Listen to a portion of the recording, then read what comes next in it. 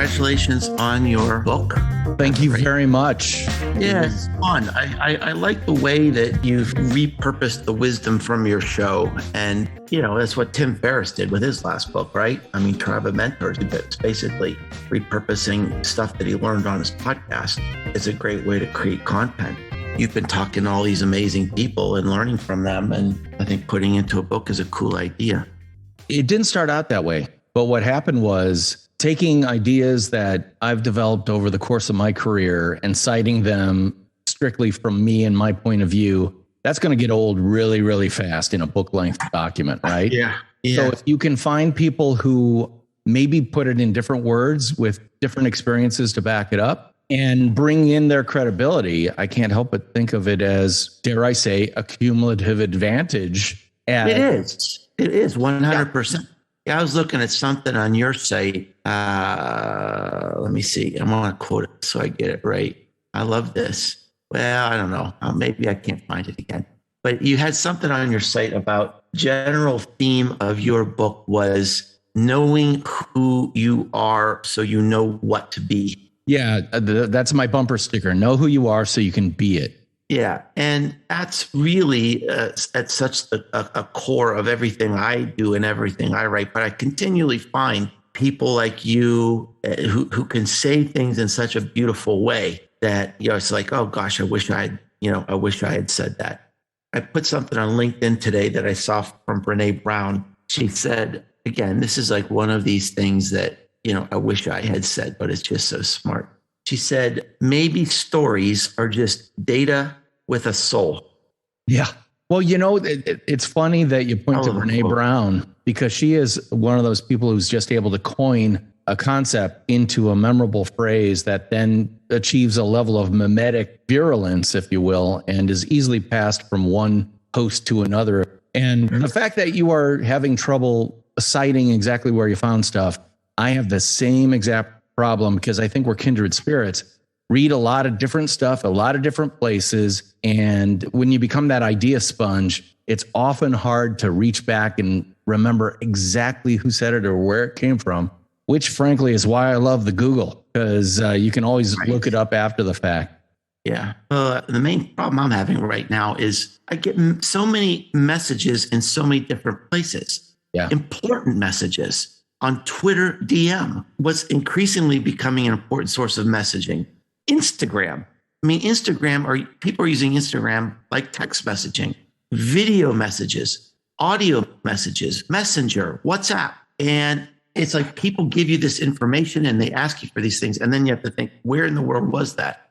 This fella over in England was trying to connect with me on something and I could not find the message, Said, I know he gave me this. Well, it was an audio message on Facebook. Oh, Lord. So there's no way for me to search it, find it, discover it. I can't even see it.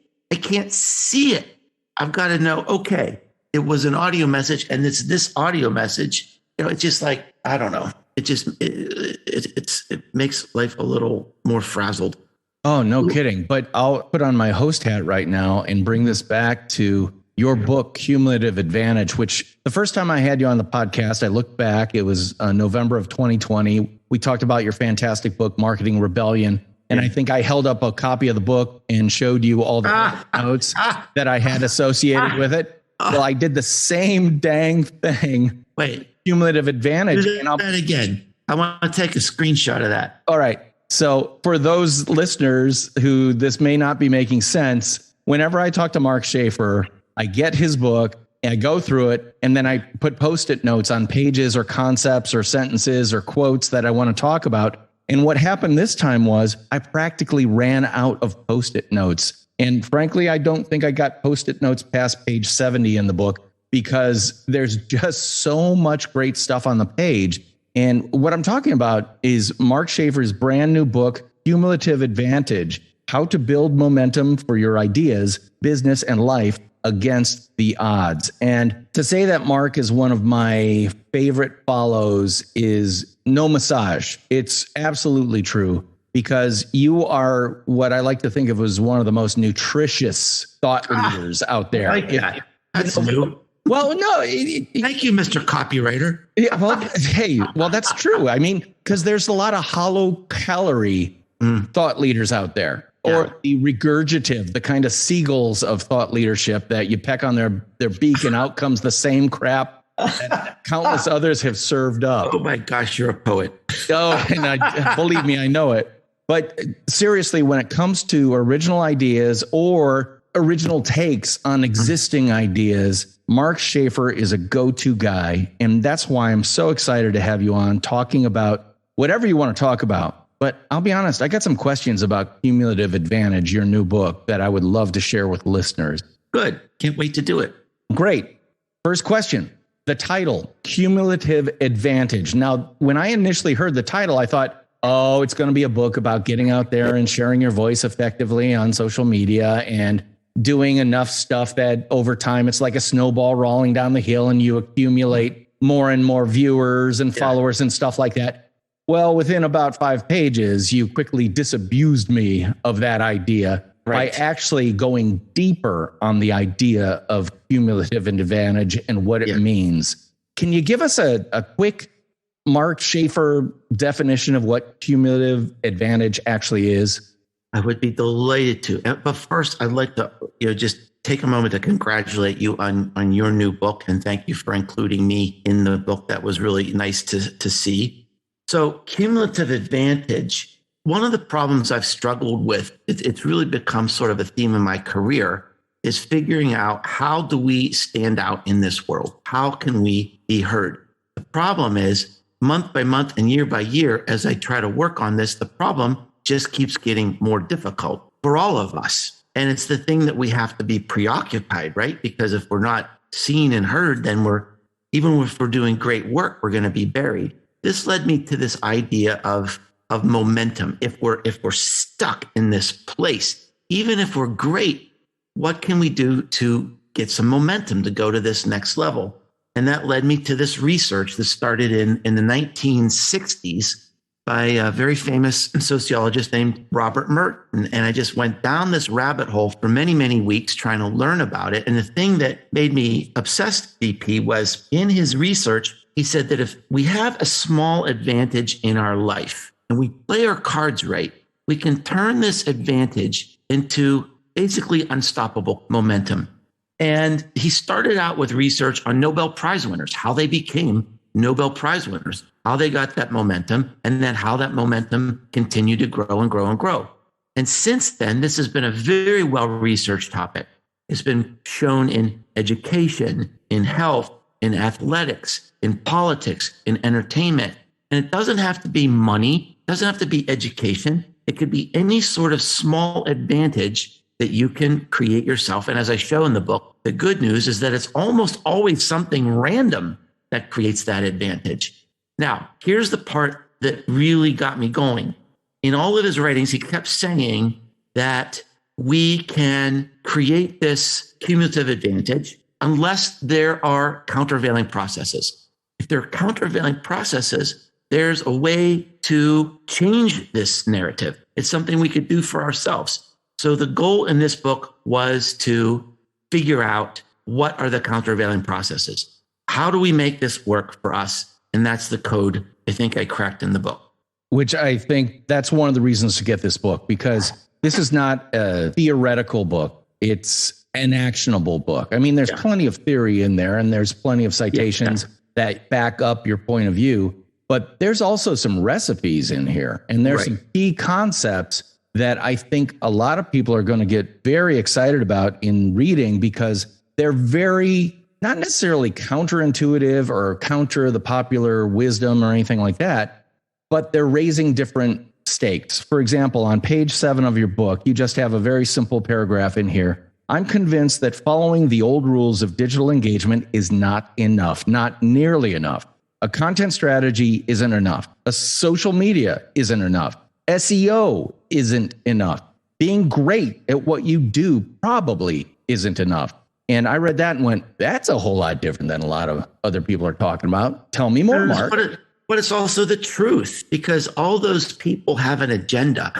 The social media people want to sell you social media, and the SEO people want to sell you SEO. And And if you look at what's really happening in the world, all of those strategies are becoming less effective because of the intense amount of content and competition that's out there. There's one small fact that a lot of people don't know is that more than 50% of all the searches going into Google are not available to you. Google's keeping them for their own properties, for their own advertisers and sponsors. That number is being chipped away, year by year by year. And so even if you're doing a great job with SEO, your opportunity is half of what it was a few years ago. So the odds are stacked against us. That's an important part of the title of the book. I think the odds are stacked against us in important ways that sometimes we don't even realize. And we've got to start thinking about how do we overcome these things. That's absolutely true. And one of the things that I really enjoyed about the book was that very early on, you talk about something that I think there's a quote in here from E.B. White, maybe, about you don't talk about luck around self-made men or something like that. Yeah. Actually, that was E.B. White. Yeah. Yeah.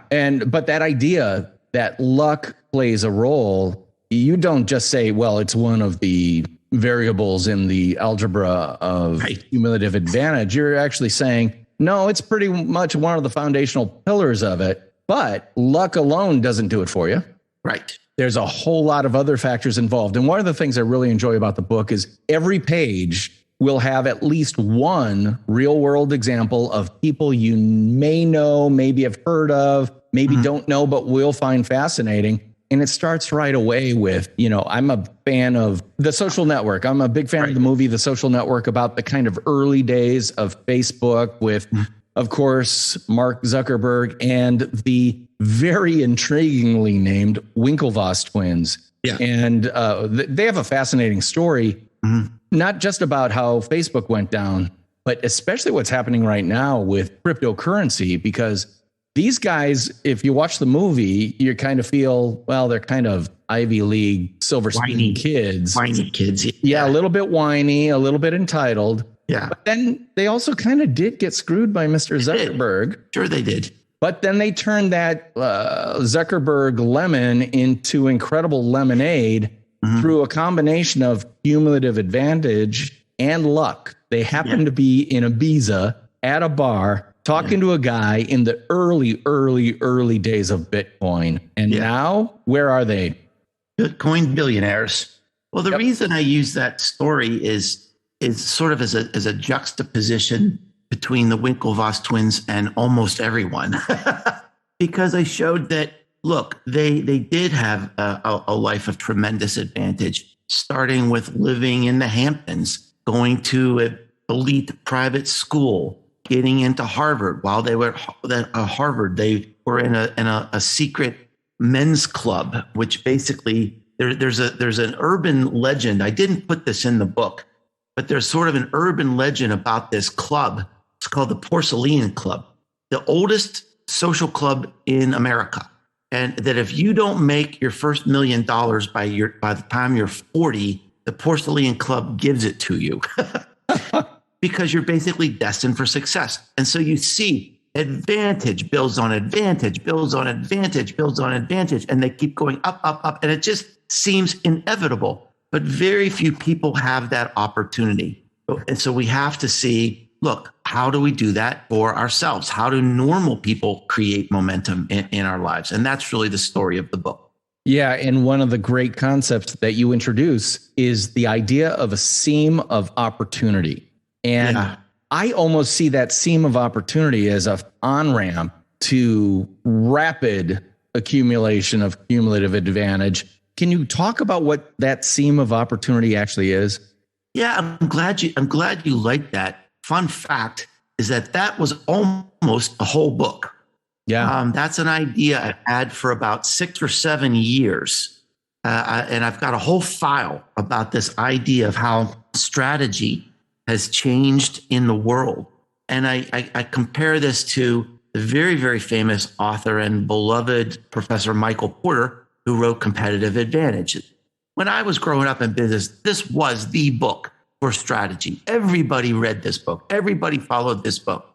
And yet, a few years after he wrote this book, the consulting company he put together to help people do this went bankrupt. His strategy didn't work. And the reason his strategy didn't work is because he didn't anticipate the furious speed of the internet.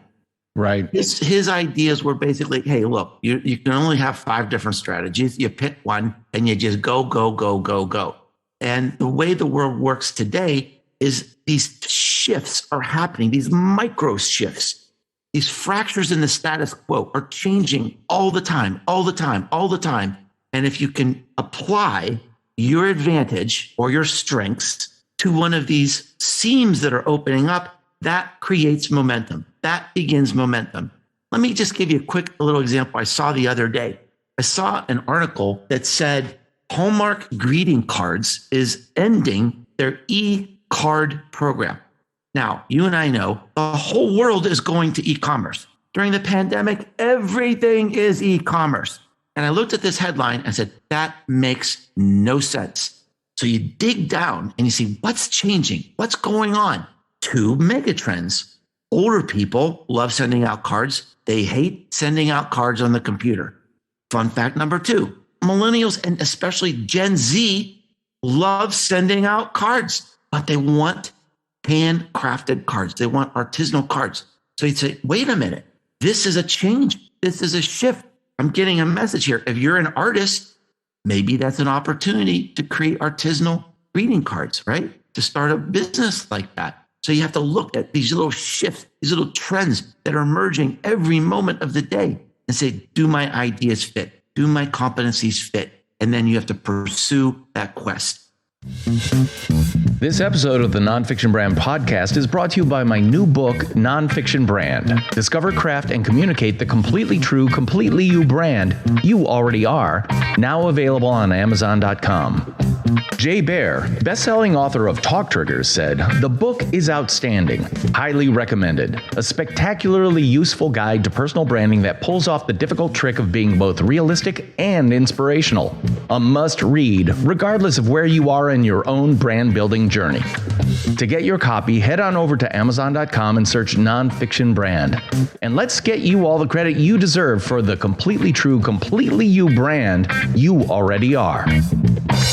That seam of opportunity, I want to hit on this a little bit harder because sometimes when people use the word opportunity, it's almost like saying, everybody line up at the border to this new territory called Oklahoma, see the vast horizon that is 100% opportunity and go. Right. That's not what you're saying. You're not saying it's a wide, vast horizon of opportunity. You're saying it's this crease, this little seam. And that's why, like, individuals and small companies actually have a huge advantage here, because we can see these little shifts, these little creases and go.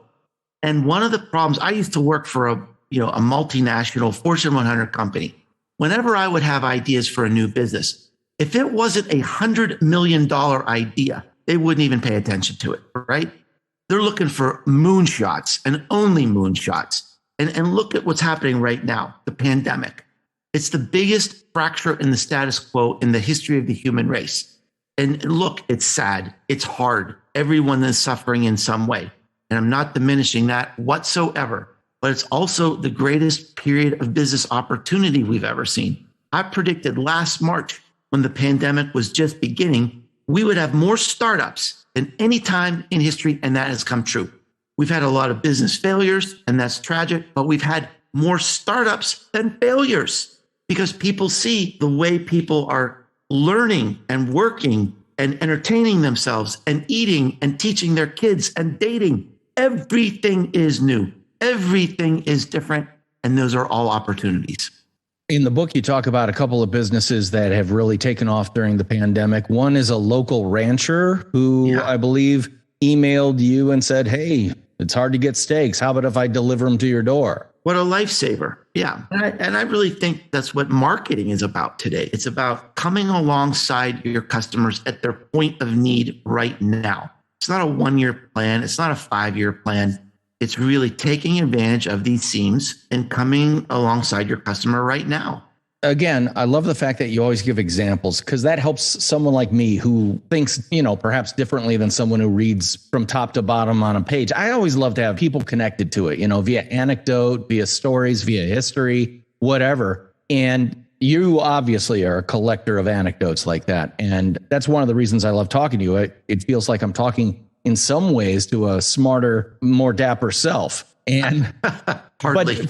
But for example, in the book, you talk about one of those people who identified a seam, or a couple of people. And the funny thing is, the two people you talked about were like, I love those stories. You talk about Bill Bowerman, the legendary running coach, who's looking for a solution to spikes on tracks and stuff like that, sees his wife with a waffle iron and decides to make soles for shoes and turns it into a company called Nike. Right.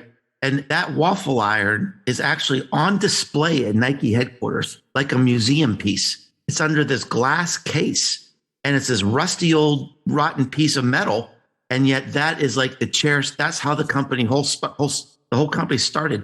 One of the most powerful brands on earth started with a waffle iron. And this is kind of a personal outing myself, but I'm old enough to remember I had friends in high school who ran cross country, and they came out with this one guy shows up with a shoe that has this weird pattern on the bottom. And I'm like, what the heck is that? Yeah. And he's like, oh, these are new shoes from a company called Nike. And they're really great. And I'm like, they look like waffle iron patterns. And he goes, oh, I guess so. And, it was years later when I heard that story, but it was amazing. And you can see that Bill Bowerman identified a seam and just tore it wide open. Creating one of the biggest brands in the world. Right. Another example that you give, and again, an anecdote that the first time I heard it, I went, oh, this is fantastic. Sarah Blakely and her company Spanx. Gutsy woman. So for those people who don't know Sarah Blakely and Spanx, the brand, well, they probably have heard of Spanx, the brand. Tell us the Sarah story. Well, this is, again, one of the themes in the book, which I think should provide a lot of hope to people, is that momentum always begins with something random. It's an observation. It's an idea. And with Sarah, she was looking at her closet and she had all these great pants that she wanted to wear, but there was always something wrong with, the seeing panty lines or something was uncomfortable. She said, what I really need is like these sort of, like workout pants that are kind of cut off, a little bit lower and you don't see the panty lines and stuff. So she had this idea. And she called and nobody would pay attention to her idea. So then she got in a car and she went to all the clothing manufacturers, went to the mills where they were making this stuff and turned down. And she was ready to give up. Finally, one of these mill owners called her back and said, I'm going to do it. We're going to make these things for you. And she said, what made you change your mind? And she said, I told the idea to my daughters and they said, Dad, this is brilliant. You need to do it. Because, none of the men who were running these mills could understand what she was saying. And again, so this was her initial advantage. This was her idea. She had this observation because she was looking at these pants in her closet and she just didn't let it sit. There are millions of ideas out there, but momentum only begins when you pursue the idea. You have to have a quest. Now, what was the seam? There were a lot of people that agreed with Sarah. Of course, we need something like this. And then she tore through the seam.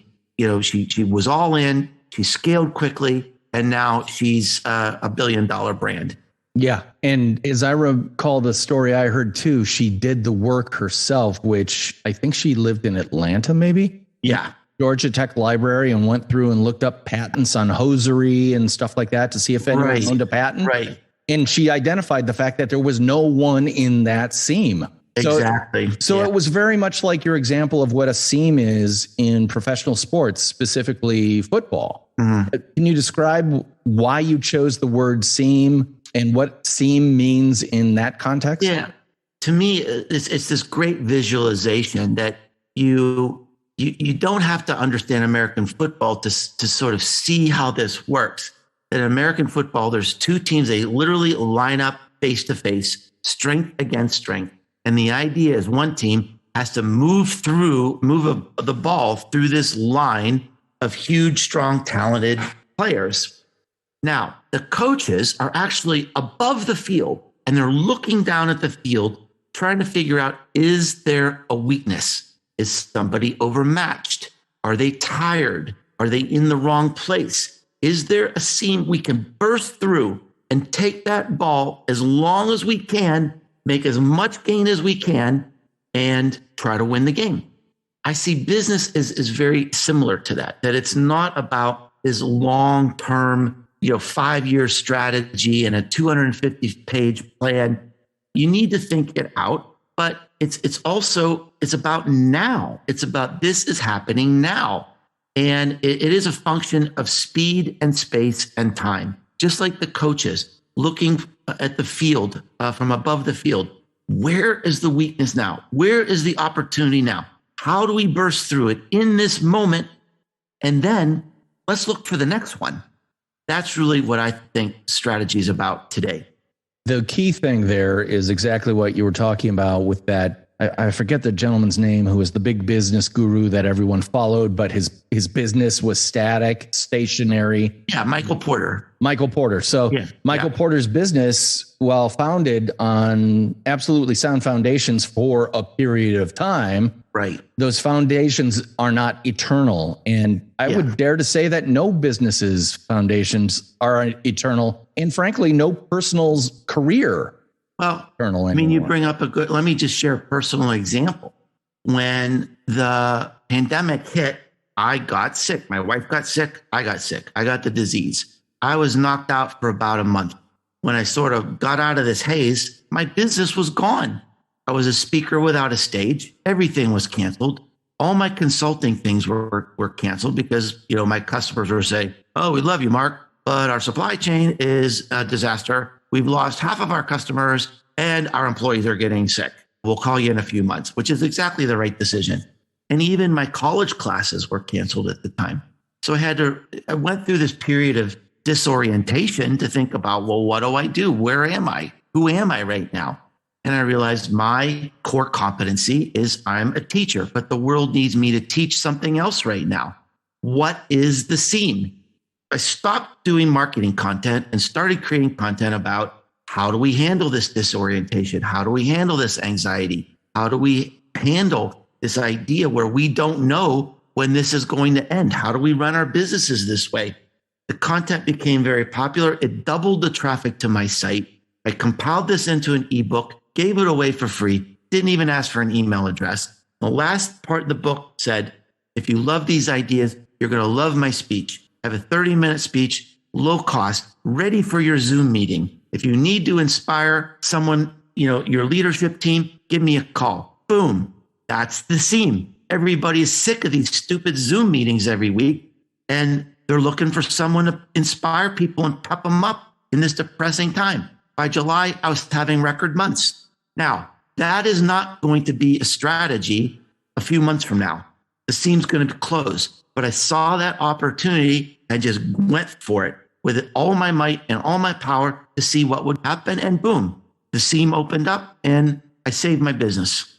Well, as you can see with that anecdote right there, Mark Schaefer is one hell of a running back when the play is broken and yards need to be made. That's right. Oh, wow. I mean, and this is just part of what we're going to be talking about in next week's episode. But I do want to give listeners an opportunity to figure out how they can connect with you. Is there a website or social channel that you prefer where people can connect with you?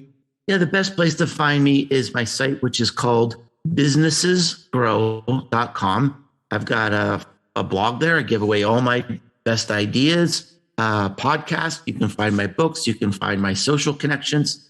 And I'd love to hear from you and see you there. And I'll go on to say that if you want to learn more about Cumulative Advantage, Mark's new book, go to businessesgrow.com/cumulative-advantage. And you can get a whole lot of free stuff there, including a free book chapter that you can download straight from the website. So what's your excuse? You don't have one. Go to businessesgrow.com/cumulative-advantage and get that book chapter, because I guarantee you, once you read that first chapter, you're going to go out and get the book. And by the way, where can people get this book? Generally on Amazon. Barnes & Noble and some of the other stores have it too. So you can get it just about anywhere. Thanks again, Mark, for being in this episode of the Nonfiction Brand Podcast. But the beauty of the Nonfiction Brand Podcast is I get a guest for an hour and turn it into 2 episodes. So Mark is going to be back next week with even more about his new book, Cumulative Advantage, and whatever else we want to talk about. So please check in with next week's episode as well. For the Nonfiction Brand Podcast, I'm DP Knudten, and he is Mark Schaefer. And we'll be talking at you again next week. Bye-bye.